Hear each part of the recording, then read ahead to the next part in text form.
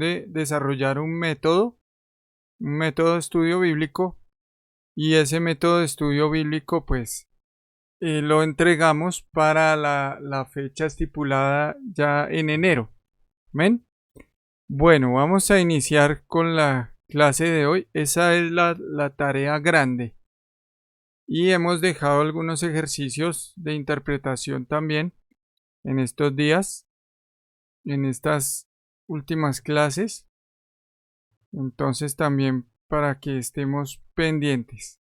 Bueno, las 4 etapas de interpretación bíblica. 4 etapas de interpretación bíblica. Bien, voy a compartir pantalla y presentar las diapositivas acá. Bien, ¿están viendo la pantalla?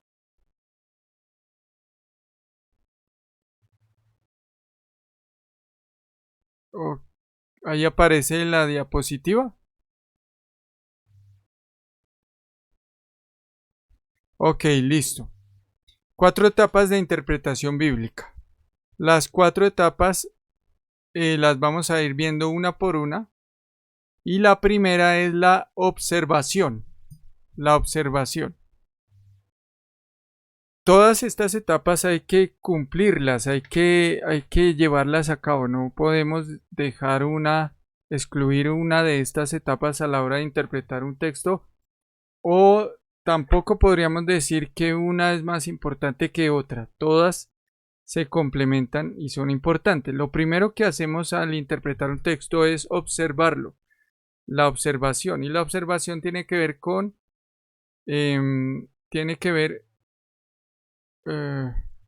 aquí llegó el pastor. Bendiciones, pastor Juan José. Bien. Ahí llegó el pastor.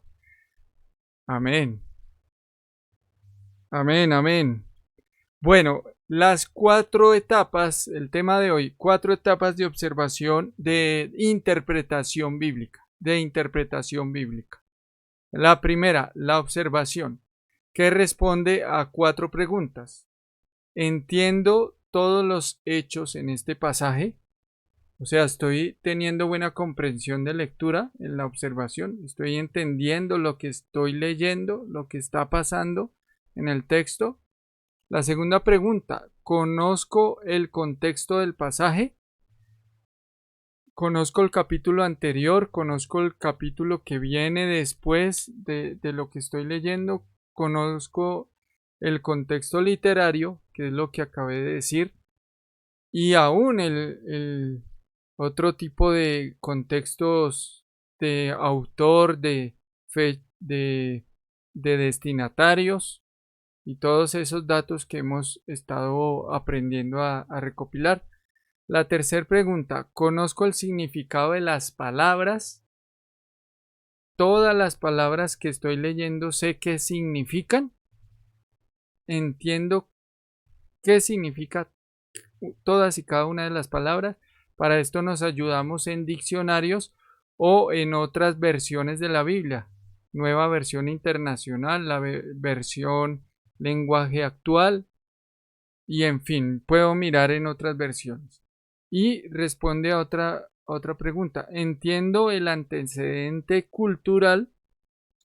Es decir, entiendo las costumbres de la época en que se escribió este texto, en que se desarrollan los hechos descritos en este texto. Por ejemplo, en Primera a los Corintios, en todo el capítulo 8, prácticamente se habla de abstenerse a comer carne que era sacrificada o ofrecida a los ídolos. Ese es el antecedente cultural de ese pasaje. Antecedente que es diferente a nuestra cultura de hoy en día. Entonces, ¿qué pasaba en esa época? Cuando los sacerdotes paganos o gente que seguía otros ídolos hacía sacrificios, a los ídolos, mucha de esa carne se vendía en el mercado a todo público, a público cristiano, judío. Entonces lo que se decía era que la comida no había que comprarle al tendero o a aquel que sabíamos que había, que digamos, había consagrado esa carne a los ídolos. Eso era lo que quería decir. Entonces ese es el antecedente cultural en este texto. Bien, podemos tener, si tenemos preguntas, las debemos tener ahí escritas y al final las vamos a responder. La observación, ese es el primer paso. Segundo paso, o etapa más bien, la interpretación. Después de observar y entender, voy a interpretar. Y responde a las siguientes preguntas. ¿Qué quiso decir el autor en su contexto histórico? ¿Qué está enseñando el autor para la gente de esa época? En esa época, no en la época actual. En esa época. Esta es una pregunta importante que debemos entender a la hora de interpretar el texto. Es decir, que descubrimos qué dice realmente el pasaje. Es la otra pregunta. ¿Realmente qué está diciendo el pasaje? La tercera pregunta, ¿ayuda el contexto a definir el significado del pasaje? Ahí hay unos ejemplos. El Salmo 53, versículo 1, habla de, menciona algo que dice, no hay Dios. Hay una frase que dice ahí, no hay Dios. Pero el contexto de este pasaje nos enseña y nos muestra que el que está diciendo esas palabras, que no hay Dios, es el necio. El necio dice en su corazón, no hay Dios. Por lo tanto, la misma palabra, el mismo contexto, me está dando la respuesta del significado de ese versículo. Por ejemplo, otros ejemplos en la primera carta a los Corintios, capítulo 14, versículo 34, ahí se habla y se dice que la mujer debe callar en la congregación, que la mujer no pareciera que dijera que no tiene participación, está excluida. Pero el contexto en la misma carta de Corintios más atrás, en el capítulo 11, el versículo 5, por ejemplo, nos muestra que las mujeres pueden orar, pueden profetizar, podían orar, podían profetizar. Entonces el mismo contexto nos está aclarando, nos da luz para interpretar el texto, el mismo contexto. Aparte del contexto histórico, de lo que es la primera pregunta que se responde en la época, en la cultura. ¿Por qué Pablo decía esto en la cultura? Resulta que las mujeres griegas eran más liberales que las judías y empezó a formarse un desorden en los cultos. Entonces Pablo tiene que venir a hacer ajustes. Ese es el contexto histórico. Ahora, otra cosa que debemos tener en cuenta es la integridad a la hora de interpretar. Es algo que es muy importante. ¿Qué quiere decir la integridad? No irnos a basarnos en la imaginación. Yo me imagino que debió ser así, porque la imaginación me lo dice. Entonces, como yo me lo imagino de esa manera, así debieron ser las cosas. Pero resulta que esto es muy peligroso. Ver las cosas de esa manera. Es muy peligroso. Debemos mirar solo lo que nos dice la Biblia y a la luz de lo que nos enseña la Biblia. De ahí para allá deberíamos aclarar que que es una especulación, que estamos solo imaginando, pero no es lo que dice la Biblia. Por eso es integridad de interpretación, integridad a la hora de interpretar. El mismo ejemplo de 2 Corintios 8, Pablo está queriendo enseñar el principio de que aunque algo en sí podría, algo en sí, diga, ahí me faltó, algo en sí no esté malo ni bueno, sí podría dañarnos como cristianos y por eso el cristiano debe limitarse voluntariamente en ciertas cosas. Debe poner ciertos límites. Es como la enseñanza, lo que Pablo está queriendo enseñar, queriendo decirlo. Bien. Siguiente. Esa es la segunda etapa de interpretación. Evaluación. Tercera etapa a la hora de estudiar un texto bíblico. La evaluación. Bien. Leamos, alguien lea a mi hermano Silvio la primera pregunta.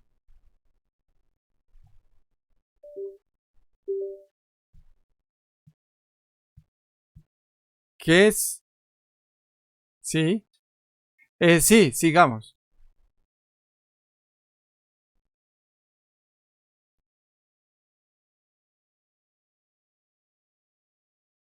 Amén. Gracias, hermano. ¿Qué significa el pasaje en la cultura actual? O, o hay que ajustarlo. Por ejemplo, en la Biblia no habla de fumar cigarrillo, no habla, no menciona la cerveza específicamente. Algunas cosas no las menciona la palabra, pero hay que ajustarse a la cultura. Vamos a mirar unos ejemplos. Miremos Juan capítulo 14, versículo 15. Alguien que lo busque de pronto más rápido que yo y, y lo lea. Juan 14, 15.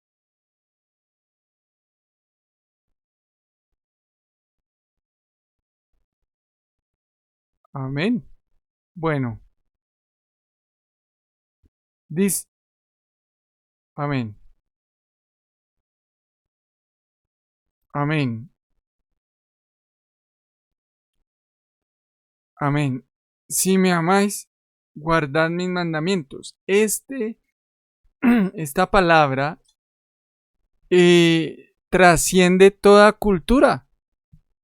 No se adapta a este mandamiento a la cultura, mientras que si se dice no coman carne sacrificada a los ídolos, esto sí tiene que ver con la cultura. Por lo tanto, ahí está el ejemplo, el segundo ejemplo, 1 Corintios 8:13, que dice, habla sobre esto. Esto ya es una expresión cultural, pero si me amáis guardad mis mandamientos, esto sirve y aplica para toda cultura, todo tiempo, todo momento. Bien, eso es un principio eterno. Otro principio eterno está en primera de Juan 4:8. Si alguien lo encuentra, primera de Juan 4:8. ¿Qué dice? Aquí lo tengo. El que no ama no ha conocido a Dios porque Dios es amor. El que no ama no ha conocido a Dios porque Dios es amor. Primera de Juan 4:8. Este es un principio eterno. Principio eterno. Pero hay mandamientos o cosas que son expresiones culturales. ¿Qué debemos hacer cuando hay expresiones culturales y vamos a predicar sobre este tipo de textos?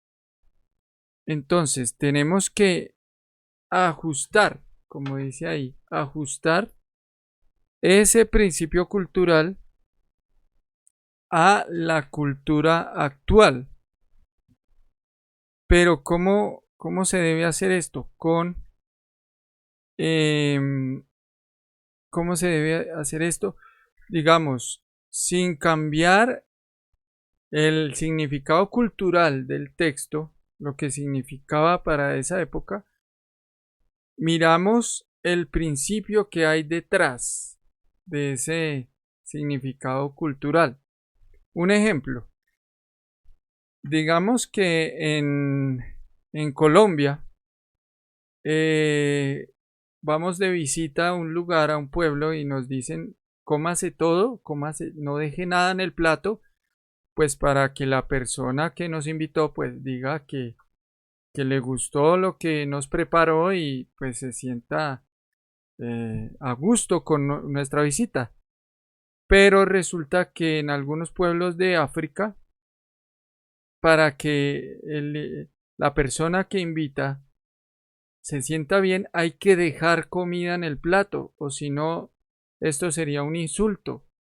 Significaría lo contrario, de que estamos ofendidos con lo que nos ofreció de comer.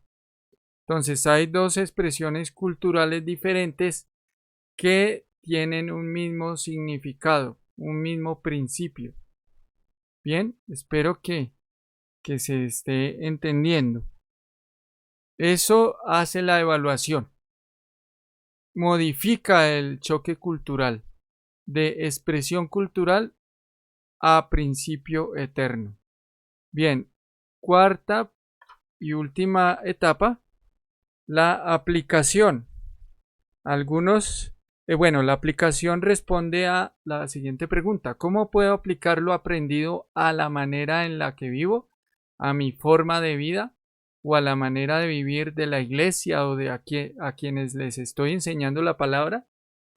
¿Cómo ellos pueden hacer práctico aplicaciones, hacer práctico algo que se pueda hacer, que se pueda llevar a cabo? ¿Cómo se puede llevar a cabo? A veces en la predicación muchas veces faltamos a esto. Otros parece que no es tan importante como la interpretación o las otras etapas.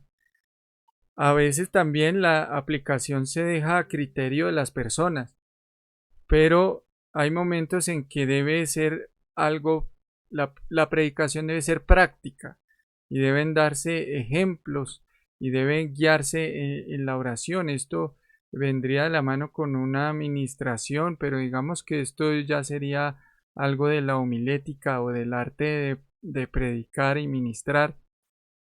Pero la aplicación es cómo la persona va a aplicar estos principios o todo lo que ha enseñado, ¿sí? Lo aprendido a la manera de vida, al estilo de vida. Si se enseña sobre la oración, si se enseña sobre la oración, puedo darle pautas a los escuchas cómo puede mejorar su vida de oración. Ya no con lo que dice la Biblia, sino con ilustraciones en la vida diaria. Bien, estas son las 4 etapas, no son muy extensas. Ahora, ¿alguien tiene algo para comentar sobre estas 4 etapas?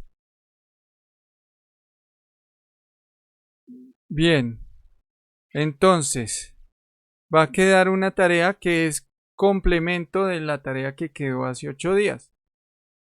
Entonces vamos a cerrar aquí. Voy a dejar de grabar la clase para hablar ya de las tareas.